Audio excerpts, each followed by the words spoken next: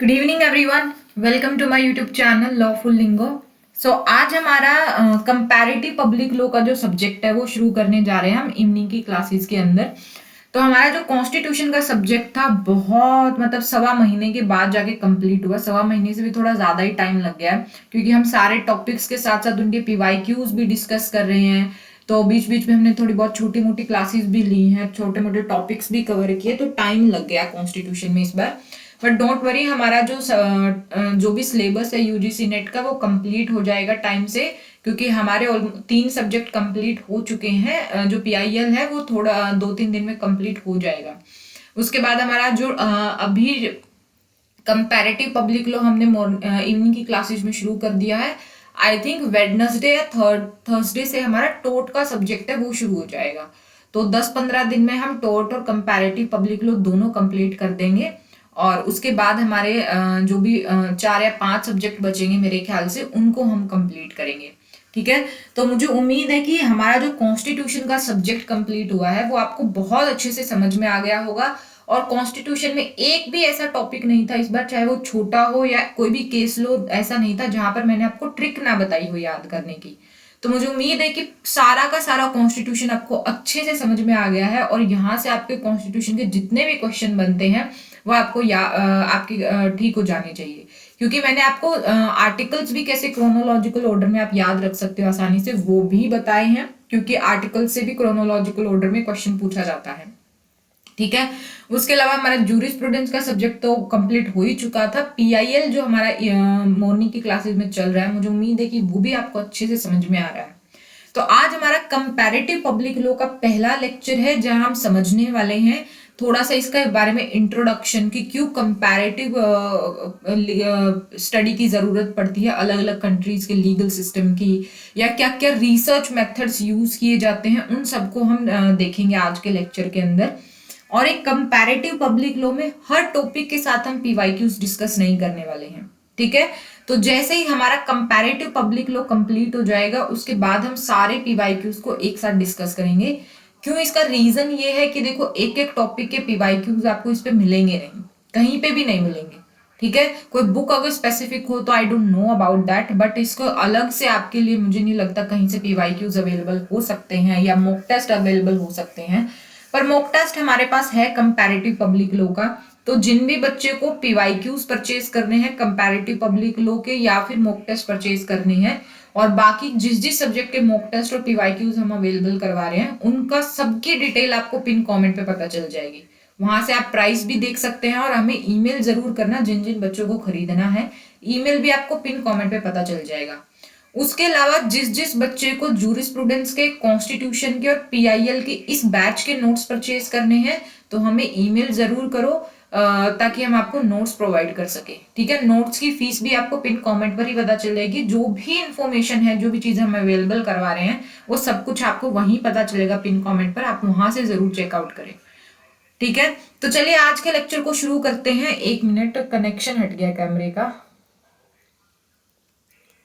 यहाँ से तो ठीक है।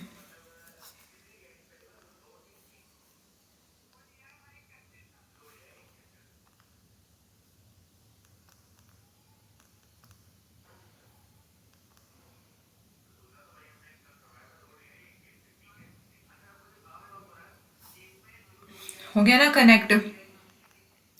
तो चलिए शुरू करते हैं हमारा जो आज का लेक्चर है कंपैरेटिव पब्लिक लॉ।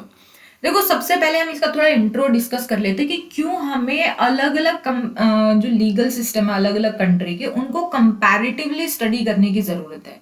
देखो, अगर आप देखोगे तो हर कंट्री का अपना लीगल सिस्टम होता है। ठीक है, चाहे मतलब वो सिविल लॉ हो, उनका सोशलिस्ट लॉ हो, इस्लामिक लॉ हो, चाइनीज लॉ हो, हिंदू लॉ हो, सबका हर कंट्री का अपना कोई ना कोई लॉ है। तो हम ये अलग अलग कंट्री के लीगल सिस्टम को इसलिए स्टडी करते हैं ताकि उनके बीच में क्या डिफरेंस है, क्या स्ट्रक्चरल डिफरेंस है, क्या सिमिलैरिटीज है, वो फाइंड आउट कर सके। ठीक है, तो ये किस लिए किया जाता है? ताकि जो ग्लोबलाइजेशन हुआ है, इंटरनेशनलाइजेशन हुआ है, या फिर हम बोल सकते हैं डेमोक्रेटाइजेशन हुआ है, इन सब की वजह से तो हमारा जो कंपैरेटिव पब्लिक लॉ है ना, उसकी इंपॉर्टेंस और ज्यादा बढ़ गई है। अगर आपको पता हो, हमारे देश का जब कॉन्स्टिट्यूशन तैयार किया गया था तो कितना टाइम लगा था? 2 साल का टाइम, लगभग 2-2.5 साल का टाइम लगा था। तो उस टाइम के दौरान जो भी स्टडी की गई थी वो अलग अलग कंट्री के लीगल सिस्टम को स्टडी किया गया था, और तब जाके हमारा मतलब कॉन्स्टिट्यूशन, इतना बढ़िया कॉन्स्टिट्यूशन तैयार हुआ, ये देखने के लिए कि जो प्रोग्रेसिव सोसाइटीज है वहां पर किस तरीके के राइट्स प्रोवाइड किए गए हैं, और हमें हमारे देश के अकॉर्डिंग किस तरीके के राइट्स प्रोवाइड करने चाहिए सिटीजन्स को, क्या प्रोविजंस इंक्लूड करने चाहिए, ताकि, क्योंकि हमारा जो कॉन्स्टिट्यूशन तैयार किया गया था उसका विजन रखा गया था अगले 100 सालों का। ठीक है, तो ये विजन लेके चलना और हमारे देश को एक वेलफेयर स्टेट की तरह स्टैब्लिश करने के लिए सोसाइटी का प्रोग्रेस होना बहुत जरूरी है। और जैसे जैसे सोसाइटी की जो स्टेज ऑफ डेवलपमेंट होती जाती है, टाइम के अकॉर्डिंग चीजें चेंज होती रहती है, उसमें लोगों को राइट्स प्रोवाइड करना बहुत जरूरी हो जाता है। ठीक है, तो ये किया गया था अलग अलग देशों के जो लीगल सिस्टम है, अलग अलग देशों का जो कॉन्स्टिट्यूशन है, उनको स्टडी करके कि किस देश के कॉन्स्टिट्यूशन में क्या स्ट्रक्चरल डिफरेंस है, क्या सिमिलैरिटीज है, क्या राइट्स उनको प्रोवाइड किए गए हैं, ये सारी चीजें। और आज अगर आप देखोगे, ग्लोबलाइजेशन इतना बढ़ गया है, इंटरनेशनलाइजेशन बहुत ज्यादा हो गया है, तो इन सब की वजह से तो कंपैरेटिव पब्लिक लॉ की जो इम्पोर्टेंस है ना, वो और ज्यादा बढ़ जाती है।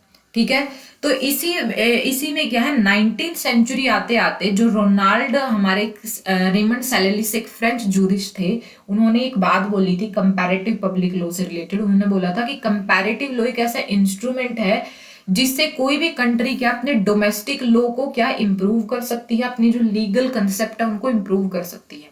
ठीक है, जैसे अगर आप देखोगे, हमारा जो जो हमारा सुप्रीम कोर्ट है, वो आर्टिकल 21 को बार बार केसेस के थ्रू इंटरप्रेट करती रहती है, और हमें बहुत सारे फंडामेंटल राइट आर्टिकल 21 में प्रोवाइड किए गए हैं।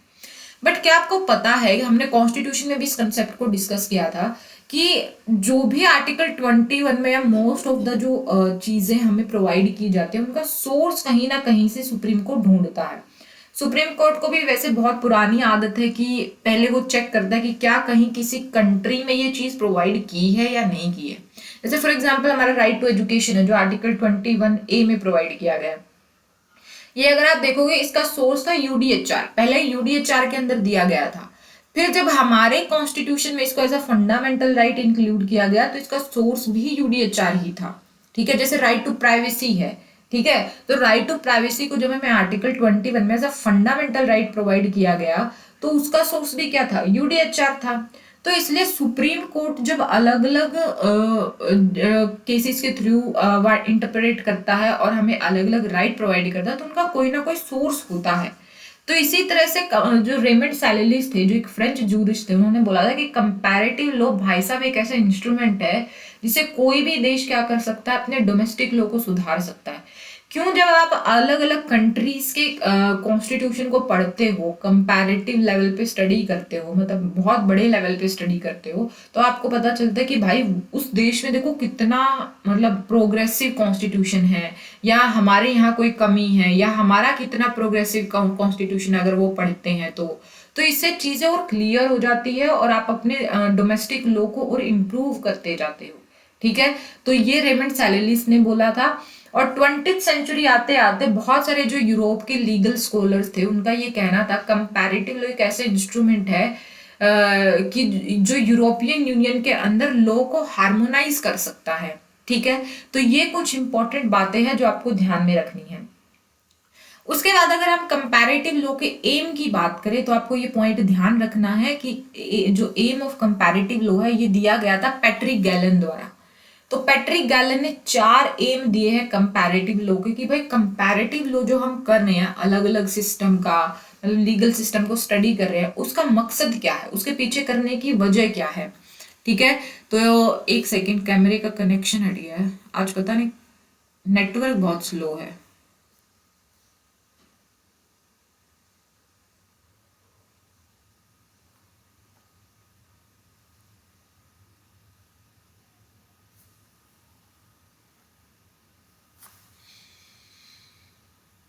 हो गया कनेक्ट? तो पैट्रिक गैलन ने 4 एम दिए कंपैरेटिव लॉ के, जो आपको ध्यान में रखने हैं। एग्जाम में 1 या 2 बार ये पूछा जा चुका है पॉइंट, आगे भी पूछा जा सकता है। ठीक है, तो इन्होंने क्या बोला, इनका पहला ये कहना है कि कंपैरेटिव लॉ एक ऐसा इंस्ट्रूमेंट है जिससे आप अलग अलग लीगल सिस्टम की नॉलेज हासिल कर सकते हो, वहां से कुछ ना कुछ सीख सकते हो। तो ये लर्निंग एंड नॉलेज का एक इंस्ट्रूमेंट है, ठीक है। उसके बाद इनका ये कहना है कि कंपैरेटिव लॉ एक ऐसा इंस्ट्रूमेंट है जिससे टेक्सोनॉमिक और साइंस में इवोल्यूशन हो सकता है, ठीक है। ये भी एम किसने दिया है, पैट्रिक गैलन ने दिया है। तीसरा इनका ये कहना है कि कंपैरेटिव जो पब्लिक लॉ है, इससे अपने देश का जो लीगल सिस्टम है, मतलब हर कंट्री अपने देश का legal system comparative public law से सुधार सकती है। जैसे मैंने बताया आर्टिकल 21A जो supreme court via interpretation add किया था, उसका यूडीएचआर सोर्स था। तो आप अलग अलग कंट्री के लीगल सिस्टम को जब स्टडी करते हो तो अपने यहाँ पे इंप्रूवमेंट करने के चांसेस बढ़ जाते हैं, ठीक है। उसके अलावा इनका लास्ट एम जो कंपैरेटिव पब्लिक लॉ है, इसका एक और एम बताया था, वो था कि जो कंपैरेटिव पब्लिक लॉ, इससे लॉज के बीच में हार्मोनाइजेशन भी आती है, ठीक है। तो ये 4 एम किसने दिए थे कंपैरेटिव पब्लिक लॉ के, पैट्रिक गैलन ने। ये आप ये ध्यान रखोगे। उसके बाद अगर हम देखें तो हमारा जो मॉडर्न कंपैरेटिव लॉ है, इसका ओरिजिन अगर आप देखोगे तो एक लैटिन लैंग्वेज बुक है, उसके अंदर आपको इसका ओरिजिन मिल जाता है। उस बुक का नाम है, इंग्लिश में उस बुक का नाम है new methods of studying and teaching jurisprudence, ठीक है। जूरिस्प्रूडेंस को स्टडी करने के और टीच करने के अलग अलग मेथड्स है, इस बुक का नाम दिया गया है। लेकिन इस बुक को लैटिन लैंग्वेज के अंदर एक और नाम दिया गया है, दैट नोवा मेथड्स डिसेंडेड डोकेन डेक्यू जूरिस्प्रूडेंशिया। ये नाम ध्यान रखना। ये बुक लिखी किसने थी, ये बुक लिखी थी गॉटफ्राइड विलियम लेब्रिज ने 1667 के अंदर, गॉटफ्राइड विलियम लेब्रिज ने, ठीक है। ये एग्जाम में पूछा जा चुका है, इनकी बुक भी पूछी जा चुकी है, किसने लिखी ये भी पूछी जा चुकी है, ठीक है। तो ये पॉइंट भी ध्यान रखना। अब बात करते हैं कंपैरेटिव पब्लिक लॉ के लिए हमारे पास क्या क्या मेथड है, कौन कौन से तरीके हैं, किस किस तरीके से हम अलग अलग कंट्रीज के लीगल सिस्टम को स्टडी कर सकते हैं। तो कंपैरिजन के लिए हमारे पास 2 तरीके हैं भाई, 2 टाइप का होता है ये। एक तो होता है माइक्रो कंपैरिजन, एक होता है मैक्रो कंपैरिजन, ठीक है। अब कौन सी कंट्री, मतलब किस कंट्री के लीगल सिस्टम को स्टडी करने के लिए आपको माइक्रो कंपैरिजन मेथड की यूज करना पड़ेगा, और किस कंट्री के लीगल सिस्टम को स्टडी करने के लिए आपको मैक्रो कंपैरिजन मेथड का यूज करना पड़ेगा। अब ये हम डिटेल में समझेंगे, ठीक है। तो चलिए शुरू करते हैं। हम दोनों मेथड को एक डिफरेंस का क्रिएट करके पढ़ेंगे।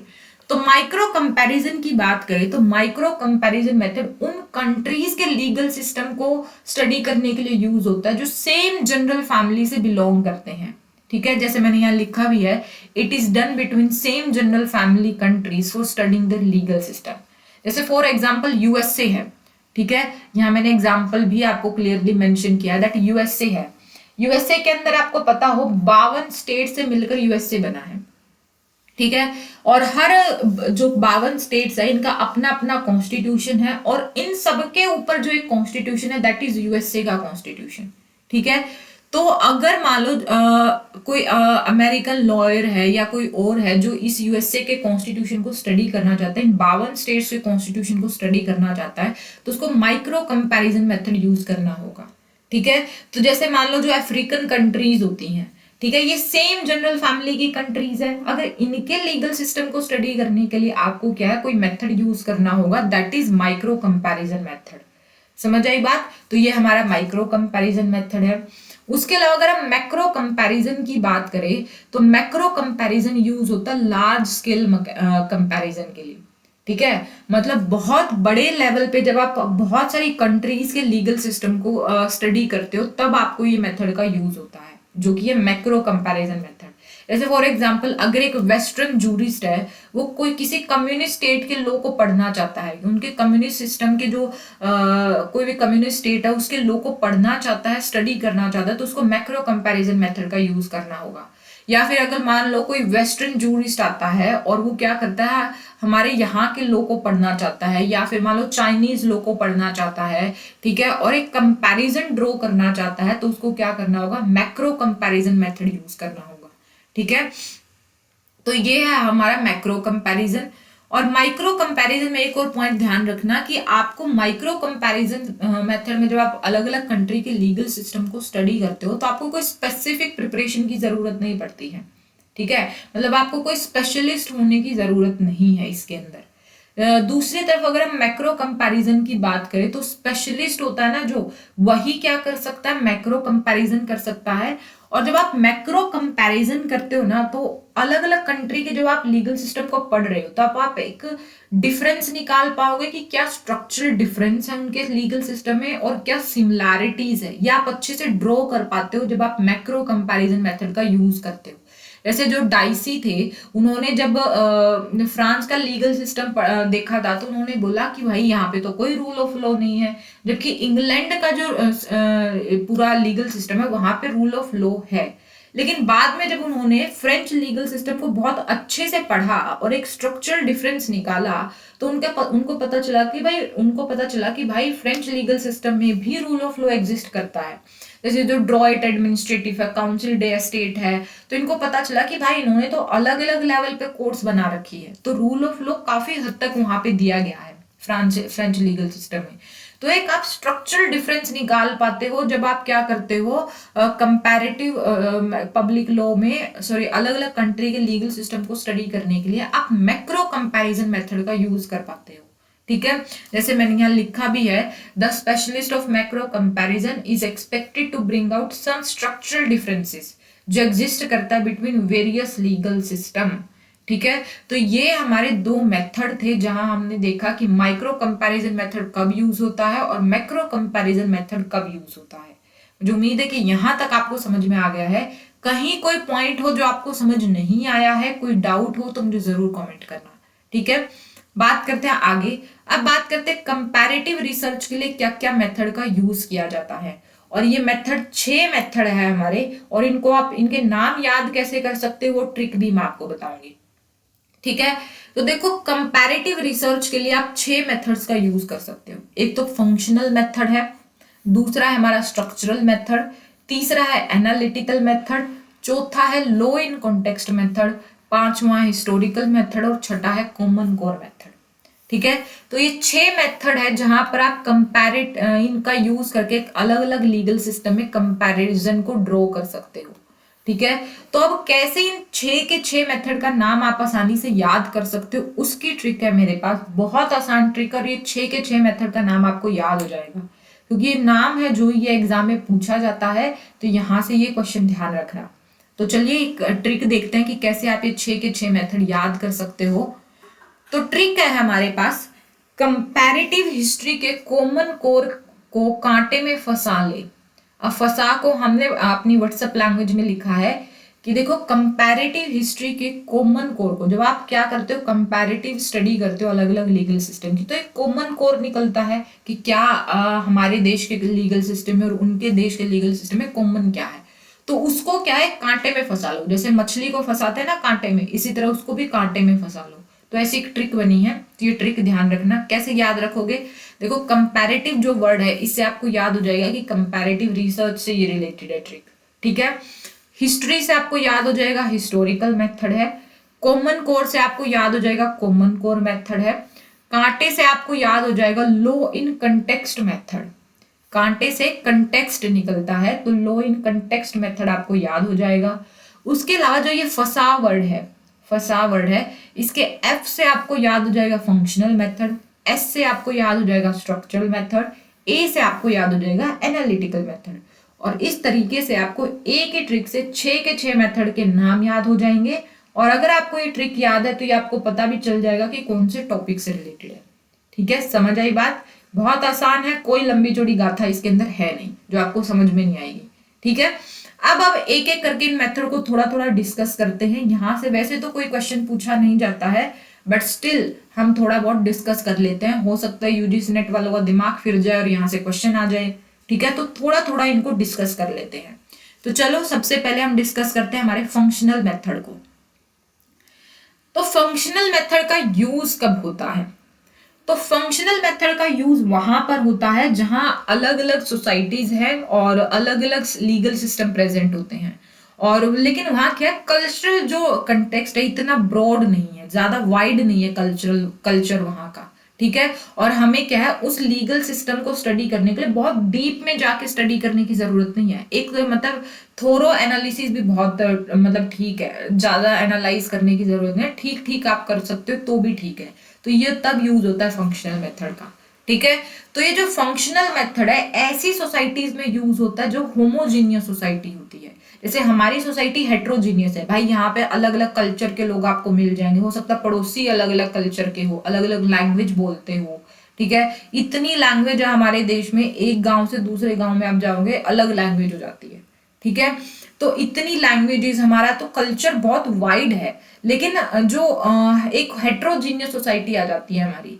लेकिन फंक्शनल मेथड वहां यूज होता है जहां एक ही तरीके के लोग आपको मिल जाते हैं, होमोजीनियस सोसाइटी होती है, ना ज्यादा कोई कल्चर है वहां, मतलब ज्यादा अलग अलग तरह के कल्चर के लोग नहीं रहते हैं, सेम ही चीजें फॉलो करते हैं, ठीक है।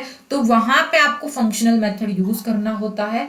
और होमोजीनियस सोसाइटी के लिए, यानी सेम जो जनरल फैमिली के जो लोग हैं, वहां पर आप क्या यूज करते हो, फिर माइक्रो कंपैरिजन मेथड यूज करते हो, ठीक है। जैसे मैंने यहाँ लिखा भी हुआ है कि ये मेथड जो अप्लाई होता है माइक्रो टाइप में होता है और होमोजीनियस सोसाइटी के लिए होता है, ठीक है। तो ये बात ध्यान रखना। अब ये जो मेथड है ये कहता है कि रूल्स और कंसेप्ट है जो वो अलग अलग कंट्रीज के अलग हो सकते हैं, ठीक है। इसमें कोई लंबी चौड़ी बात नहीं, क्योंकि अगर आप देखोगे हर कंट्री का जो स्टेज ऑफ डेवलपमेंट है वो अलग है, और हर कंट्री का जो कानून है उसके स्टेज ऑफ डेवलपमेंट पे डिपेंड करता है कि सोसाइटी की डेवलपमेंट कहाँ चल रही है, ठीक है। तो हो सकता है कि हर लीगल सिस्टम के रूल्स और कंसेप्ट अलग हो, ये मेथड कहता है। लेकिन जो मोस्ट ऑफ द सिस्टम्स है वो इवेंचुअली क्या करते हैं, सारी लीगल प्रॉब्लम्स को सोल्व करने का ही तो काम करते हैं, और सिमिलर तरीके से करते हैं। जैसे मान लो किसी ने कोई क्राइम किया, उसको पनिशमेंट देते हैं, सारे देश सेम ही चीज फॉलो करते हैं। पनिशमेंट थोड़ी अलग हो सकती है, कहीं कहीं वेरी कर सकती है, पर ये है तो सेम ही बात ना, सिमिलर तरीके से वो यूज कर रहे हैं। पनिशमेंट ही देना उनका आखिरी हो जाता है, विक्टिम को कॉम्पनसेशन या जस्टिस प्रोवाइड करना सेम ही चीजें हैं। तो आप सिमिलर तरीके से क्या करते हो, इवेंचुअली लीगल प्रॉब्लम्स को सोल्व करते हो। लेकिन हो सकता है आपका जो मेथड है, जो रूल्स है, कंसेप्ट है, वो अलग हो, वो अलग बात है, ये फंक्शनल मेथड कहता है। अब जो हमारा फंक्शनल मेथड है इसमें जो मेन एक्सपोनेंट है वो वही है हमारे जिविगर्ट्स और कोटेज, ठीक है। इनका ये कहना था कि ये इन्होंने जो मेथड ऑफ कंपैरेटिव लॉ बताया कि अगर आप कंपैरेटिव लीगल स्टडी करते हो अलग अलग कंट्रीज की तो आपको फंक्शनल मेथड यूज करना चाहिए, ये जिविगर्ट और कोटेज का कहना था, ठीक है। लेकिन हमारे जो रोल्फ माइकल्स थे, रोल्फ मिशेल्स थे, इन्होंने क्या किया, इस जो फंक्शनल मेथड था इसको क्रिटिसाइज किया, ठीक है। याद रखना, रोल्फ मिशेल्स ने कहा कि इस मेथड के अंदर ट्रिपल मिसनोमर है, मतलब 3 ऐसी चीजें हैं जो इसका को मतलब एक अच्छा मेथड नहीं बनाती है। क्या वो बात बोली, इसने ये बोला कि सिर्फ फंक्शनल मेथड नहीं है इस दुनिया में comparative study of legal system के लिए, बहुत सारे अलग मेथड भी है, why don't you try them also, ठीक है। तो इसने ये भी बोला कि सिर्फ एक फंक्शनल मेथड नहीं है जिसके भरोसे आप बैठे हो, और मेथड भी ट्राई करके देखो। दूसरा इन्होंने बोला कि जितने भी लिस्ट फंक्शनल मेथड्स है ये अपने आप में फंक्शनल है ही नहीं, तुम पता नहीं इन्हें क्यों फंक्शनल बोल रहे हो, ठीक है। तो जो मिशेल थे हमारे, इनका ये कहना था कि भाई ये फंक्शनल मेथड है ही नहीं, तुम इसको फंक्शनल नाम दे क्यों रहे हो, ठीक है। तीसरा इन्होंने बोला कि ये कुछ प्रोजेक्ट्स ऐसे हैं जिनके अंदर एक जैसा जो रिकॉग्नाइजेबल मेथड है वो यूज नहीं हो सकता, ठीक है। तो ये इन्होंने ट्रिपल मिसनोमर दिया था हमारे रिचेल मिशेल, क्या नाम है इनका मैं भूल गई, रोल्फ मिशेल ने, तो आपको ध्यान में रखना है, ठीक है। तो ये हमारा फंक्शनल मेथड था जो मुझे उम्मीद है कि आपको समझ में आ गया होगा। हमारा नेक्स्ट जो मेथड है कंपैरेटिव पब्लिक लॉ में, दैट इज स्ट्रक्चरल मेथड। अगर आप स्ट्रक्चरल मेथड देखोगे तो फंक्शनल मेथड का बिल्कुल अपोजिट हो जाता है ये।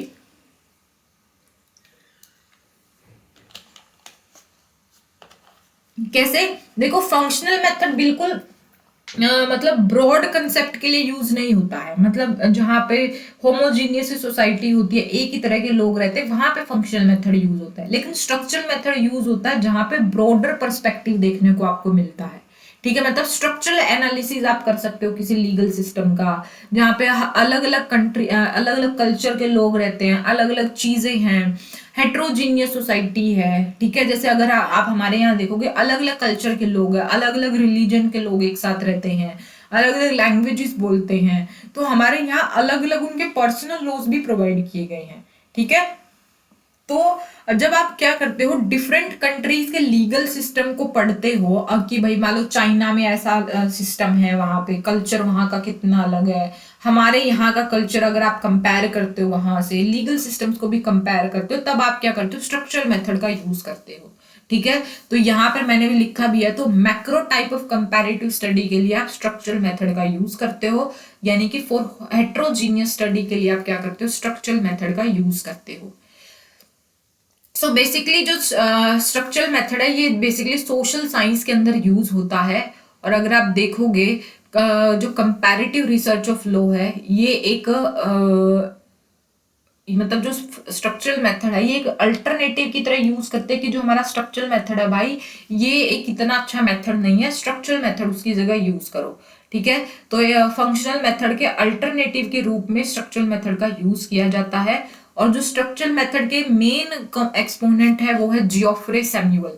ठीक है, इनकी एक फेमस बुक है दैट इज ग्रिलेड लेक्चरे, जिसमें इन्होंने एक बात भी बोली है दैट जो ऑब्जर्वर्स होते हैं उनका मेन फोकस होता है कि एक ही मतलब जो लीगल सिस्टम है उसके अंदर क्या स्ट्रक्चर छिपा हुआ है उसको ढूंढ के निकालना, ऑब्जर्व करना उस फिनोमिना को कि जिसके बेस पर ये पूरा सिस्टम टिका हुआ है। तो ये इसके बाद बुक के अंदर इन्होंने ये स्टेटमेंट दिया था that observers focused on the structures hidden with the phenomena being observed। ठीक है, अब जब से हम इसके बारे में बात करें तब से हम बात करें कि स्ट्रक्चरल मेथड में ये चीज होती है वो चीज होती है, लेकिन इसका स्ट्रक्चर का मतलब क्या है वो हम नहीं देखा है। तो स्ट्रक्चर का मतलब होता है कलेक्शन ऑफ एलिमेंट्स, कि बहुत सारे एलिमेंट इकट्ठे आ करके एक ही सिस्टम को बना रहे हैं, दैट इज स्ट्रक्चर। ठीक है, तो बहुत सारे तरीके होते हैं स्ट्रक्चरल एनालिसिस के लिए, और इसके लिए आपको क्या है, बहुत सारा डिस्टिंक्शन और क्राइटेरिया की जरूरत होती है। तो ये पूरा हमारा स्ट्रक्चरल मेथड था जो मुझे उम्मीद है कि आपको समझ में आ गया होगा। ठीक है, फंक्शनल हमारा मेथड हो चुका है, स्ट्रक्चरल मेथड हो चुका है, अब हम पढ़ेंगे एनालिटिकल मेथड के बारे में। तो एनालिटिकल मेथड में आप क्या करते हो, अक्रॉस जुरिस्डिक्शंस, मतलब एक देश का दूसरे देश के साथ क्या करते हो, लीगल कंसेप्ट या जो रूल्स है उनको कंपेयर करते हो, और वहां से क्या है जो कॉमन एलिमेंट्स है उनके बीच में डिफरेंस क्या है, मतलब उनके स्ट्रक्चर में, और वो अप्लाई कैसे होता है कानून वहां पे उन देशों में, वो क्या है उनके बीच में कॉमन एलिमेंट क्या है उसको आप आइडेंटिफाई करते हो एनालिटिकल मेथड का यूज करके। समझ आई बात? तो ये कह रहा है कि एनालिटिकल मेथड में आप अलग अलग कंट्रीज के लीगल कंसेप्ट और रूल्स को क्या करते हो, कंपेयर करते हो, और उनके स्ट्रक्चर और एप्लीकेशन में क्या क्या कॉमन एलिमेंट है और क्या क्या डिस्टिंक्शन है, क्या क्या डिफरेंसेस है, उनको आइडेंटिफाई करते हो। तो ये हमारा एनालिटिकल मेथड जो मुझे उम्मीद है कि आपको समझ में आ गया होगा। ठीक है, बढ़ते हैं नेक्स्ट मेथड की तरफ, दैट इज हिस्टोरिकल मेथड। ये कहता है कि किसी भी लीगल रूल्स की पूरी हिस्टोरिकल डेवलपमेंट क्या रही है, जैसे मतलब कहाँ से वो चलता हुआ आया, कैसे वो डेवलप हुआ, और कैसे वो कानून बना, कस्टम्स के थ्रू बनाया, क्या चीजें थी, उसको आप समझते हो, और फिर देखते हो कि प्रेजेंट जो लीगल सिस्टम है वो कैसे इवॉल्व हुआ है उसके अकॉर्डिंग। ठीक है, तो ये हमारा हिस्टोरिकल मेथड है जो आपको ध्यान में रखना है। उसके बाद आता है हमारा लॉ इन कंटेक्स्ट मेथड। ये कहता है कि मान लो जिस भी कंट्री के अंदर अलग अलग सोशल सिस्टम है, पॉलिटिकल सिस्टम अलग है, इकोनॉमिक कंटेक्स्ट अलग है, वहां पर क्या करते हो आप, वहां के लीगल रूल्स को एनालाइज करते हो, जहां आप उनका जो कल्चरल फैक्टर है ना उसको भी इंक्लूड करते हो, क्योंकि अगर आपका जो सोशल पॉलिटिकल और इकोनॉमिक फैक्टर है वो आपके कल्चरल फैक्टर को भी शेप देने में काफी हद तक रोल है उसका वहां पे। ठीक है, तो ये लॉ इन कंटेक्स्ट मेथड है। ठीक है, मुझे उम्मीद है कि ये आपको समझ में आ गए हैं। अब हमारा लास्ट मेथड बचता है that is common core method. ये कहता है कि अलग अलग लीगल सिस्टम के अंदर आप क्या करते हो, आइडेंटिफाई करते हो कि क्या क्या फंडामेंटल प्रिंसिपल्स है उनके बीच में, और देखते हो कि मतलब उनका इम्प्लीमेंटेशन का तरीका क्या है, स्पेसिफिक रूल्स क्या है, वहां पे क्या चीजों को अप्लाई करके उनका जो फंडामेंटल प्रिंसिपल है इस तरीके का है, तो वो आप आइडेंटिफाई करते हो। तो बेसिकली अलग अलग लीगल सिस्टम में कॉमन कोर ढूंढने की आप कोशिश करते हो, कॉमन एलिमेंट निकालने की कोशिश करते हो, that is the common core method. ठीक है, तो ये 6 मेथड थे कंपैरेटिव रिसर्च के लिए, जो मुझे उम्मीद है कि आपको समझ में आ गए होंगे। कैसे आपको याद रखना इसकी ट्रिक भी मैंने आपको बता दी है, बहुत आसान तरीके से कोशिश की है कि आपको समझा भी सकूं, और मुझे उम्मीद है कि आपको समझ में आ भी गए होंगे। ठीक है, तो आज का हमारा लेक्चर इतना ही था, जहां हमने जो कंपैरेटिव पब्लिक लॉ को है उसकी शुरुआत कर दी है। मंडे से हम हमारे जो एक एक टॉपिक है उनको करते हुए चलेंगे। ठीक है, तो मुझे उम्मीद है कि आज का लेक्चर आपको पसंद आया होगा। कहीं कोई डाउट है तो कमेंट करना मत भूलना, आपके हर डाउट को सोल्व करना हमारी जिम्मेदारी है। ठीक है, इस वीडियो को जितना ज्यादा हो सकता है प्लीज आगे जरूर शेयर करें, और हमारे आप वीडियोस देखते हो उनको लाइक नहीं करते हो, कमेंट भी जरूर किया करो, इससे एंगेजमेंट थोड़ा ज्यादा होता है। तो प्लीज शेयर करो, लाइक करो वीडियोस को, और कमेंट भी जरूर करना, और चैनल को सब्सक्राइब कर लेना, और बेल आइकन को भी प्रेस कर लेना भाई, ताकि आपको वीडियोस का नोटिफिकेशन मिलता रहे। उसके अलावा जो भी बच्चे हमें इंस्टाग्राम पर फॉलो करना चाहते हैं, इंस्टाग्राम के अकाउंट का लिंक आपको इस वीडियो के डिस्क्रिप्शन बॉक्स में मिल जाएगा, आप वहां पे क्लिक करके हमें फॉलो कर सकते हैं। ठीक है, तो और फेसबुक पर भी आप हमें फॉलो कर सकते हैं, उसका लिंक भी आपको डिस्क्रिप्शन बॉक्स में मिल जाएगा इस वीडियो के, तो आप वहां पे चेकआउट कर सकते हैं। ठीक है, तो चलिए मिलते हैं नेक्स्ट लेक्चर में, जहां हम हमारा जो अगला टॉपिक है कंपैरेटिव पब्लिक लॉ का उसको डिस्कस करेंगे, वो भी बहुत ही आसान लैंग्वेज के अंदर। तब तक के लिए टाटा बाय बाय।